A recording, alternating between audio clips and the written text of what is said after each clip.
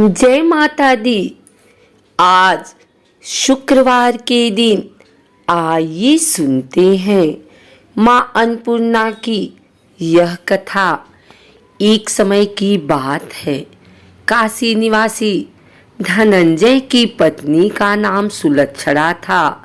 उसे अन्य सब सुख प्राप्त थे, केवल निर्धनता ही उसके दुख का कारण थी।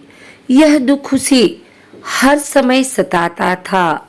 एक दिन सुलक्षणा पति से बोली, स्वामी आप कुछ उद्यम करो तो काम चले। इस प्रकार कब तक काम चलेगा? सुलक्षणा की बात धनंजय के मन में बैठ गई और वह उस दिन विश्वनाथ शंकर जी को प्रसन्न करने के लिए बैठ गया और कहने लगा, हे देवाधिदेव विश्वेश्वर, मुझे पूजा पाठ कुछ आता नहीं है, केवल तुम्हारे भरोसे बैठा हूँ। इतनी विनती करके वह 2-3 दिन भूखा प्यासा बैठा रहा। यह देखकर भगवान शंकर ने उसके कान में अन्नपूर्णा अन्नपूर्णा अन्नपूर्णा इस प्रकार 3 बार कहा। यह कौन क्या कह गया? इसी सोच में धनंजय पड़ा रह गया कि मंदिर से आते ब्राह्मणों को देखकर पूछने लगा, पंडित जी अन्नपूर्णा कौन है? ब्राह्मणों ने कहा, तू अन्न छोड़ बैठा है, सो तुझे अन्न की ही बात सूझती है। जा घर जाकर अन्न ग्रहण कर। धनंजय घर गया, स्त्री से सारी बात कही। वह बोली, नाथ चिंता मत करो, स्वयं शंकर जी ने यह मंत्र दिया है, वे स्वयं ही खुलासा करेंगे। आप फिर जाकर उनकी आराधना करो। धनंजय फिर जैसा का तैसा पूजा में बैठ गया। रात्रि में शंकर जी ने आज्ञा दी, कहा तू पूर्व दिशा में चला जा। वह अन्नपूर्णा का नाम जपता जाता और रास्ते में फल खाता, झरनों का पानी पीता जाता। इस प्रकार कितने ही दिनों तक चलता गया। वहां उसे चांदी सी चमकती वन की शोभा देखने में आई। सुंदर सरोवर देखने में या उसके किनारे कितनी ही अप्सराएं झुंड बनाए बैठी थी। एक कथा कहती थी और सब माँ अन्नपूर्णा इस प्रकार बार बार कहती थी। यह अगहन मास की उजेली रात्रि थी और आज से ही व्रत का आरंभ था। जिस शब्द की खोज करने वह निकला था, वह उसे वहां सुनने को मिला। धनंजय ने उनके पास जाकर पूछा, हे देवियों, आप यह क्या कर रही हो? उन सब ने कहा, हम सब माँ अन्नपूर्णा का व्रत करती हैं। व्रत करने से की गई पूजा क्या होता है? यह किसी ने किया भी है? इसे कब किया जाए? कैसा व्रत है और इसकी विधि क्या है? मुझसे भी कहो। वे कहने लगी, इस व्रत को सब कोई कर सकते हैं। 21 दिन तक के लिए 21 गांठ का सूत लेना चाहिए। 21 दिन यदि न बने तो 1 दिन उपवास करें। यह भी न बने तो केवल कथा सुनकर प्रसाद लें। निराहार रहकर कथा कहें। कथा सुनने वाला कोई न मिले तो पीपल के पत्तों को रख, सुपारी या घृत कुमारी वृक्ष को सामने कर, दीपक को साक्षी कर, सूर्य, गाय, तुलसी या महादेव को बिना कथा सुनाए मुख में दाना न डालें।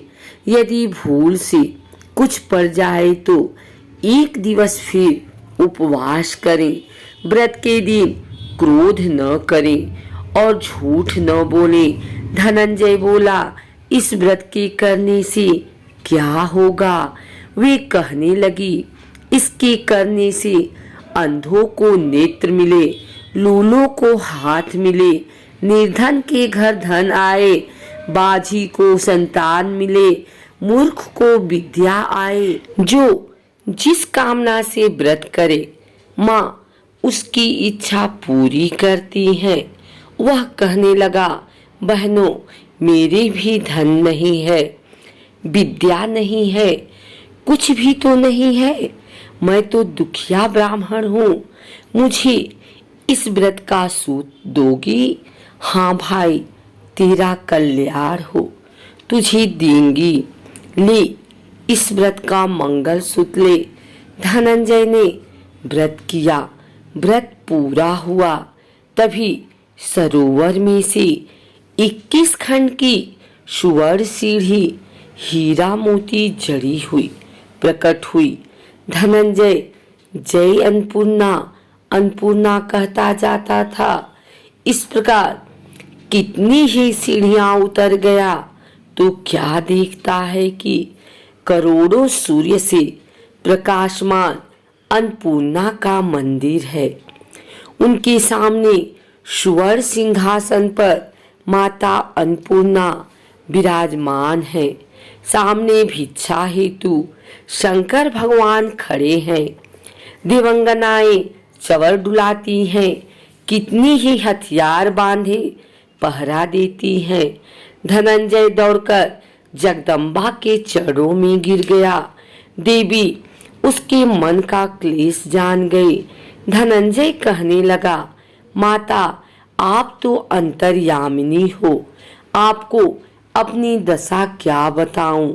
माता बोली, मेरा व्रत किया है, जा, संसार तेरा सत्कार करेगा। माता ने धनंजय की जिह्वा पर बीज मंत्र लिख दिया। अब तो उसके रोम रोम में विद्या प्रकट हो गई। इतने में क्या देखता है कि वह काशी विश्वनाथ के मंदिर में खड़ा है।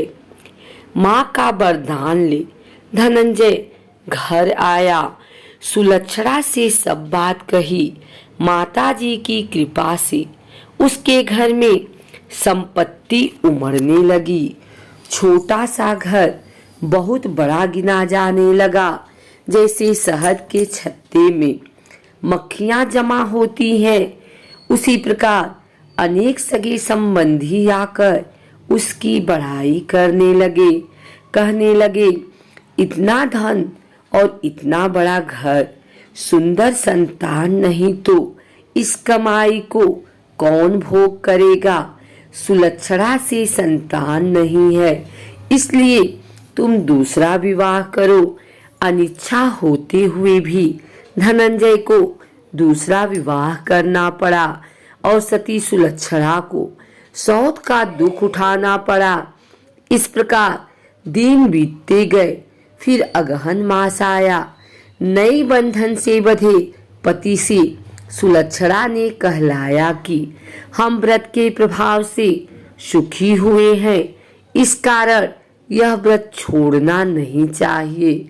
यह माताजी का प्रताप है जो हम इतने संपन्न और सुखी हैं। सुलक्षणा की बात सुन धनंजय उसके यहाँ आया और व्रत में बैठ गया। नई बहू को इस व्रत की खबर नहीं थी। वह धनंजय के आने की राह देख रही थी। दिन बीतते गए और व्रत पूर्ण होने में 3 दिवस बाकी थे कि नई बहू को खबर पड़ी। उसके मन में ईर्ष्या की ज्वाला दहक रही थी। सुलक्षणा के घर आ पहुंची और उसने वहां भगदड़ मचा दी। वह धनंजय को अपने साथ ले गई। घर में धनंजय को थोड़ी देर के लिए निद्रा आ गई।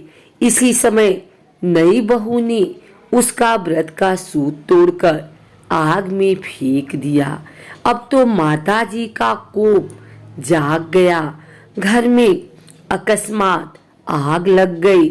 सब कुछ जलकर खाक हो गया। सुलक्षणा जान गई और पति को फिर अपने घर ले आई। नई बहू रूठकर पिता के घर जा बैठी।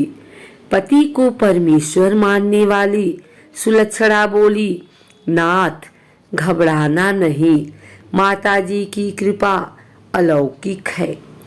पुत्र कुपुत्र हो जाता है पर माता कुमाता नहीं होती। अब आप श्रद्धा और भक्ति से आराधना शुरू करो, वे जरूर हमारा कल्याण करेंगी। धनंजय फिर माता के पीछे पड़ गया। फिर वही सरोवर सीढ़ी प्रकट हुई, उसमें माँ अन्नपूर्णा कहकर वह उतर गया। वहां माता जी के चरणों में रुदन करने लगा। माता प्रसन्न हो बोली, यह मेरी स्वर्ण की मूर्ति ले, उसकी पूजा करना, तू फिर सुखी हो जाएगा। जा, तुझे मेरा आशीर्वाद है। तेरी स्त्री सुलक्षणा ने श्रद्धा से मेरा व्रत किया है, उसे मैंने पुत्र दिया है। धनंजय ने आंखें खोली तो खुद को काशी विश्वनाथ के मंदिर में खड़ा पाया। वहां से फिर उसी प्रकार घर को आया। इधर सुलक्षणा के दिन चढ़े और महीने पूरे होते ही पुत्र का जन्म हुआ। गांव में आश्चर्य की लहर दौड़ गई, मानता आने लगा। इस प्रकार उसी गांव की निसंतान सेठ के पुत्र होने पर उसने माता अन्नपूर्णा का मंदिर बनवा दिया। उसमें माता जी धूमधाम से पधारी, यज्ञ किया और धनंजय को मंदिर के आचार्य का पद दे दिया। जीविका के लिए मंदिर की दक्षिणा और रहने के लिए बड़ा सुंदर सा भवन दिया। धनंजय स्त्री पुत्र सहित वहां रहने लगा। माता जी की चढ़ावे में भरपूर आमदनी होने लगी। उधर नई बहू के पिता के घर डाका पड़ा, सब लूट गया। वे भीख मांगकर पेट भरने लगे। सुलक्षणा ने यह सुना तो उन्हें बुला भेजा, अलग घर में रख लिया और उनके अन्न वस्त्र का प्रबंध किया। धनंजय, सुलक्षणा और उसका पुत्र माताजी की कृपा से आनंद से रहने लगे। माताजी ने जैसे इनके भंडार भरे वैसे सबके भंडार भरे।